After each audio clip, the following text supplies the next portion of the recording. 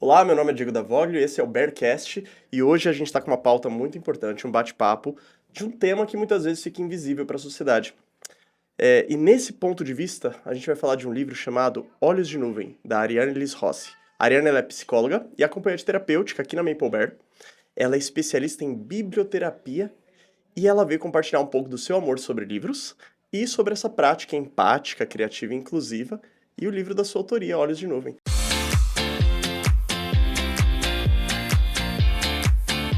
Ariane, muito obrigado por estar aqui presente conosco. Seja bem-vinda.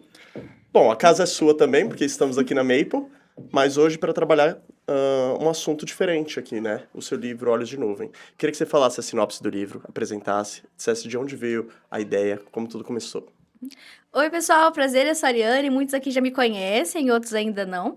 Mas falando um pouquinho sobre essa história, quando eu pensava em escrever um livro, eu sempre tive esse sonho, desde que eu me considerei leitora. E eu queria escrever algo que tivesse um significado, tivesse um objetivo e fosse algo que eu sentisse orgulhosa de escrever.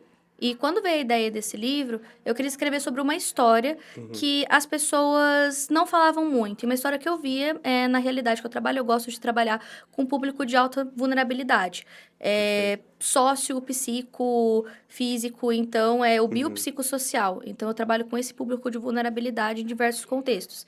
E essa história é a história de um menino, o João, que tem olhos de nuvem, que é uma metáfora dizendo que ele está de certa forma, triste, ele tá com algum sentimento dentro dele que não consegue sair.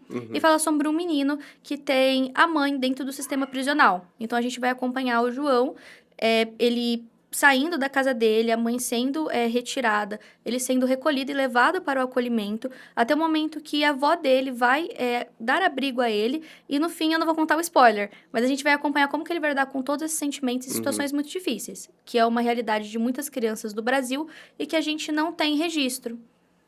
Sim, não, perfeito. E você, inclusive, acabou de explicar aí o sentido do título, né, Olhos de Nuvem. E por que trazer as metáforas? Como que você trabalhou com essas metáforas dentro do livro? Com qual intencionalidade? E eu vejo também, né, a gente puder mostrar algumas imagens depois do Pode, livro. claro. Posso folhear? E Pode, aí eu fica à já mostro aqui vontade. também para cá. A gente vê que acho muito interessante o trabalho que você faz de incluir uma espécie de legenda, posso chamar assim, no final do livro, uma espécie de tabela onde você explica essas metáforas.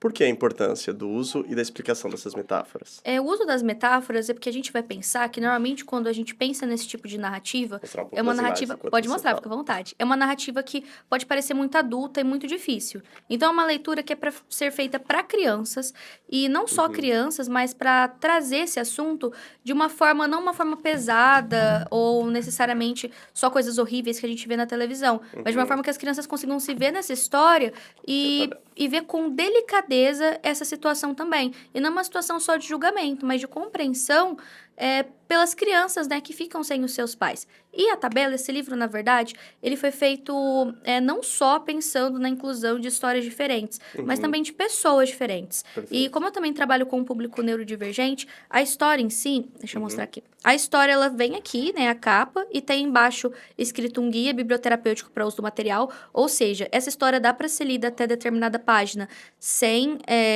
adultos, digamos assim, e no final, caso psicólogos ou educadores, porque tem guia para educadores aqui dentro, queiram utilizar em outros contextos, conseguem ter a ideia de como trabalhar essa história e também de atividades para fazer com essas crianças. E o uso das metáforas é porque, pensando na inclusão, esse livro, ele foi feito tanto o tamanho das letras, as imagens, a tabela de metáforas, para incluir o público dislexo também dentro do espectro autista, entre outras questões, também adultos, né? E a gente sabe que muitas pessoas têm dificuldades em ler metáforas, não só o público neurodivergente. Inclusive, todo esse livro, ele tem várias nuances, mas ele foi feito todo por mãos femininas, mãos de mulheres, que também foi uma questão na época importante. Então, um livro do começo ao fim, feito por mulheres. A ilustradora é uma ilustradora de jogos de Curitiba. E ela queria dar um significado diferente para a carreira dela também. Uma coisa com um significado diferente. Também a gente tem a revisora e a leitora sensível, que é uma mulher adulta autista. Então, ela ajudou na questão, em toda essa tabela de metáforas e tudo que a gente poderia trazer para ficar mais acessível possível a história. Então, essa história tem toda essa nuance de acessibilidade para não ser acessível só para quem passa por esse tipo de situação, mas mas também para todas as pessoas que colocarem a mão no livro. Nossa, sensacional. E todo esse amparo que você dá torna dele um livro paradidático, que a gente pode estar pensando assim num uso dentro de sala de aula para leitura pelo professor, com todo o amparo, né? Todo um guia, toda uma orientação. Isso é fascinante e realmente auxilia ali também o profissional na hora dessa aplicação. Eu achei muito legal como que você fez esse diálogo entre a inclusão daquele que está lendo para ter o acesso, mas também o tópico delicado que você traz, que é a criança nessa situação e tendo a história contada pelo ponto de vista da criança. Por esse prisma, se a gente pensasse quantas outras vozes não têm espaço, quantos outros assuntos, quantos outros temas mereceriam uma voz também, um protagonista cuja voz fosse ouvida. Você pensa em dar continuidade? Existem outros livros, outras ideias, outras propostas dentro dessa intenção de dar voz àqueles que às vezes não têm as suas histórias contadas por esse ponto de vista? Já dando um super spoiler, mas Já? eu já tenho mais de 4 livros escritos, na verdade. Legal. Não só acadêmicos, mas livros de histórias. Esse foi o primeiro e ele é basicamente, eu não vou dizer um protótipo, mas ele, na verdade, foi a minha forma mais sincera de despejar. É uma empatia muito grande que eu senti trabalhando com crianças que passam por esse tipo de situação. Então, tinham outras histórias que eram para vir primeiro, mas eu falei, não, essa aqui tem que ser a primeira. Mas a próxima história, por exemplo, de livro infantil, vai ser sobre acompanhamento terapêutico. Então, vai ser na perspectiva de uma criança, o que é ter uma acompanhante terapêutica na escola. O que é ter essa pessoa, o que essa pessoa faz. Então, vão vir várias histórias de crianças ou situações que às vezes a gente não para pensar. E levando para uma perspectiva não só lúdica, mas de uma forma também que fique prático de se visualizar algumas situações que são muito difíceis de serem comentadas. E pensando nessa questão, você disse do paradidático, né? Como eu trabalho em contexto escolar, eu vejo que é uma necessidade. Às vezes a gente recebe um material muito legal, muito interessante, mas, poxa, como que a gente vai usar? Tem um livro que a gente Exato. adora e o que eu vou fazer com ele? Então, é por isso que eu pretendo que todos os livros que eu lançar sejam, não sejam só histórias, mas sejam histórias que levem para algum lugar depois que a gente terminar de ler. Perfeito, deu uma função aí para a prática dele. Perfeito. Eu queria que você nos explicasse um pouco mais detalhadamente o que é a biblioterapia. E ela tem uma continuidade aí na biblioterapia.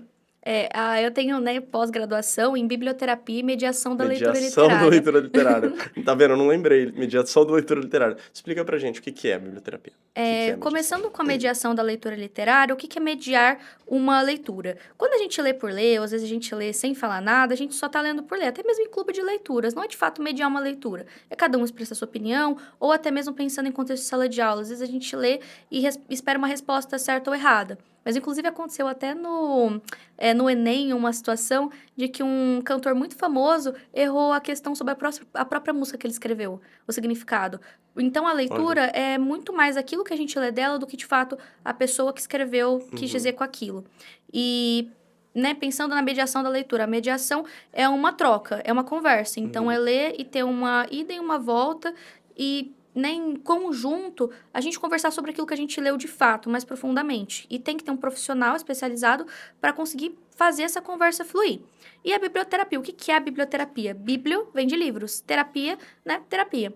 E biblioterapia é utilizar a leitura como recurso terapêutico. Aqui no Brasil, ainda está crescendo uma sementinha. Aqui na região, só eu que faço esse trabalho. Até eu consigo me lembrar a pessoa mais próxima, é o final da capital de São Paulo, Rio de Janeiro ou Paraná. Então, na região, vocês só vão me encontrar fazendo isso.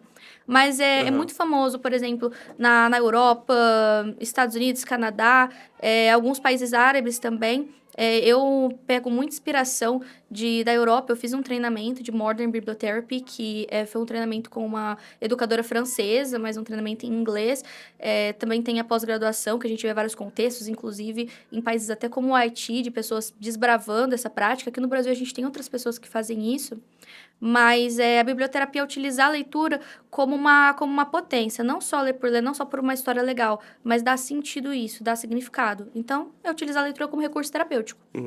E ambientes, ela é mais destinada a ambientes clínicos, também a ambientes escolares diretamente? Em que ambientes o biblioterapeuta vai atuar dessa forma? Tem muitos tipos de áreas que a biblioterapia pode atuar. Existe a biblioterapia clínica, que eu faço, por exemplo, em ambiente clínico com os pacientes que desejam, né, ou que gostam, às vezes me procuram por causa dessa prática. Tem a biblioterapia institucional, que é instituições. Em um momento da minha vida eu já fiz isso, principalmente pensando em bem-estar organizacional, de relacionamento interpessoal entre os funcionários, colaboradores de uma empresa. Tem também a biblioterapia desenvolvimental ou biblioterapia do desenvolvimento, normalmente é a que é feita na escola. Então, aquele tipo de biblioterapia que a gente trabalha nesse contexto e que veio muito para o Brasil por conta dos bibliotecários, que é uma profissão que não está extinta, e eu espero que não, mas eles ainda estão ali, resistentes. Mas veio muito com a biblioteconomia, né? Então, os bibliotecários, professores que conhecem, às vezes, a princípio, essa prática e trazem para o contexto aqui do Brasil. E tem uma que não necessariamente existe. Pelos meus estudos, eu cheguei a uma conclusão que existe uma outra que eu uso muito no meu trabalho. E, enfim, que é a biblioterapia criativa ou expressiva. E esse tipo de biblioterapia é o quê? Utilizar fundamentos da arte-terapia, que a gente sabe que funciona, que existe nos contextos. Então, utilizar não só escrita, palavras, mas produzir esses trabalhos. Então, produzir cartazes, produzir coisas escritas e músicas e outros elementos. Então, é uma biblioterapia que dá para utilizar com biblioterapia desenvolvimental ou outros tipos, mas é uma área muito ampla e depende muito do profissional que vai fazer, né? Partindo já para produção, né, para construção da autonomia também criativa aí, né, do paciente, vou chamar assim, do assistido, né? Pra gente finalizar, queria saber se você gostaria de deixar uma mensagem voltando ao público, principalmente ao público do protagonista. Como que você coloca a importância de dar voz e de dar protagonismo a uma criança, ao indivíduo, e aí ele representa todos estes, que se encontra numa situação de vulnerabilidade tão delicada e tão pouco discutida socialmente, porque acaba se tornando uma situação em que as pessoas, por preconceito, por julgarem, não discutem, né, a situação familiar de uma pessoa que está em cárcere, por exemplo, e todas as necessidades de amparos que essa família pode vir a precisar. Né? Como que você coloca a importância desse livro, né, dentro do seu valor? Nós não somos os nossos pais. E muitas vezes a gente vê com esse tipo de público que ocorre uma repetição. Das pessoas olharem e esperarem que se tornem seus pais ou que não, tem que ser alguém totalmente diferente, mais consciente. Mas pensar que vocês são pessoas, falando diretamente com esse público. E vocês têm sentimentos, vocês podem sentir saudade, raiva, felicidade. E esse livro é para isso, para entender melhor como a gente pode pensar nessas emoções sem sentir culpas por senti-las, porque mesmo que os seus pais, seus parentes, ou enfim, quem seja, seu melhor amigo, tenha feito uma coisa horrível, ainda assim ele pode ter sido importante para você em algum momento da vida. E esse sentimento também não pode ser excluído. E a história, a mensagem que eu deixo no final, é que as nuvens trazem muitas coisas, né? Elas trazem arco-íris, traz chuva, mas elas são boas e ruins ao mesmo tempo, e a vida é um pouco disso. E uma coisa que eu quero que as pessoas não percam, né, com a leitura, ou lembrem-se, quando terminarem de ler, é que a gente tem que plantar a esperança, a gente tem que cultivar nossa esperança, mesmo nos momentos que a gente pensa que não tem esperança alguma. Porque, de alguma forma, sempre tem uma saída, e não somente uma saída, porque às vezes não tem, mas às vezes uma forma de viver e de pensar diferente. Uau, perfeito. Ariane, muito obrigado. Parabéns pela produção, pela fala. Muito obrigado por nos esclarecer, nos explicar um pouco mais sobre todo esse trabalho, todo o projeto e por aquilo que está por vir também. Te agradeço. E é isso. E o nosso... Quer deixar uma mensagem? Eu queria deixar só uma mensagem, mas Claro. eu queria agradecer. Obrigada obrigado, por topar gente. e obrigada, enfim, também para a nossa diretora, né, a Miss Lívia, Agradecemos aí. que ela que pensou nessa ideia de fazer o podcast sobre esse assunto, e isso é muito importante, ela ter essa visão. E eu queria deixar um presente para você, já que você está aqui, né, sediando aqui o podcast, eu queria deixar um livro para você, uma edição para você. Autografado? Eu autografo para você depois. Eba, ótimo.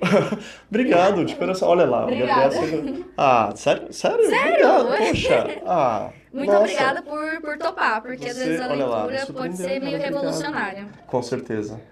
Nossa, maravilhoso. Muito obrigado pela sua fala, por essa aula, por essa explicação. Saímos todos aqui um pouco mais esclarecidos, mais sábios e mais reflexivos sobre o tema e também sobre a importância do ciclo, né? Do ciclo aí, como você comentou, as nuvens vêm e vão, né? E o ciclo da reflexão, o que a gente faz. Te agradeço muito, agradeço também aqui a produção, agradeço a Miss Lívia pela oportunidade, e esse é o nosso Bearcast. Ficamos por aqui com esse episódio, até a próxima. Tchau. Tchau, tchau.